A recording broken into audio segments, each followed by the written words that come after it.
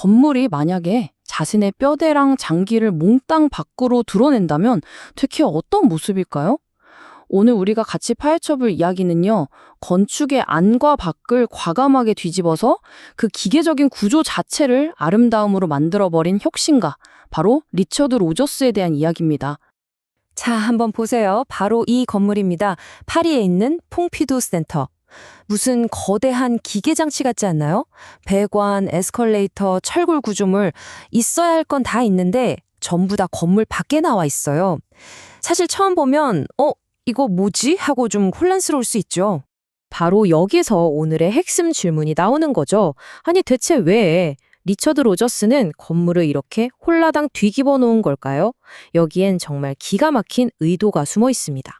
그럼 이 혁명이 어디서부터 시작됐는지 한번 거슬러 올라가 보죠. 어떻게 건물을 뒤집는다는 이런 대담한 생각이 나올 수 있었을까요? 이 모든 혁명적인 생각은 딱 한 사람에게서 시작됐습니다. 네, 바로 건축가 리처드 로저스. 그의 여정을 한번 따라가 보겠습니다. 리처드 로저스는 1933년 르네상스의 심장이라고 할 수 있는 피렌체에서 태어났어요. 말 다 했죠.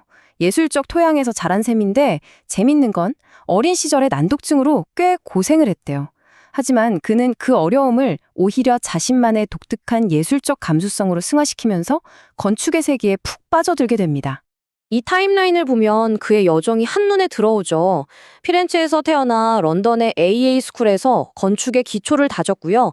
그러다 예일대학교에 가게 되는데 바로 여기서 그의 인생의 정말 중요한 동료 노먼 포스터를 만나게 됩니다. 그리고 1963년 이들이 의기투합해서 만든 그룹이 바로 팀포예요. 새로운 도전을 시작한 거죠. 그리고 마침내 1977년 건축의 역사를 뒤바꾼 바로 그 퐁피도 센터가 탄생하게 됩니다. 이 여정 속에서 로저스가 사실상 정의하게 되는 새로운 건축 사조가 태어나는데요. 그게 바로 하이테크 건축입니다. 하이테크 건축이 본격적으로 태동한 곳이 바로 이 팀4라고 할 수 있어요. 1963년에 로저스랑 노먼 포스터 등이 모여서 만들었는데요. 이들의 생각은 아주 명확했어요. 야, 우리 공장에서나 쓰는 그런 산업 자재랑 최신 기술을 건축으로 한번 가져와 보자. 그래서 건물이란 이런 것이다 하는 낡은 생각들을 한번 제대로 깨부숴 보자. 바로 이거였죠. 그럼 하이테크 건축이 정확히 뭐냐고요? 쉽게 말해서 이거예요. 건물의 기능적인 부분들 있죠. 배관이나 철골 구조물 같은 거요. 이런 걸 숨기지 않고 오히려 짠, 보세요 하면서 디자인의 주인공으로 당당하게 내세우는 건축 양식을 말합니다. 자, 이제 하이테크 건축이 뭔지 감이 좀 오시죠?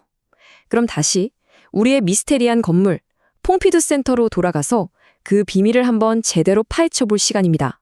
이 건물을 안팎으로 뒤집은 진짜 이유는 바로 이거였습니다.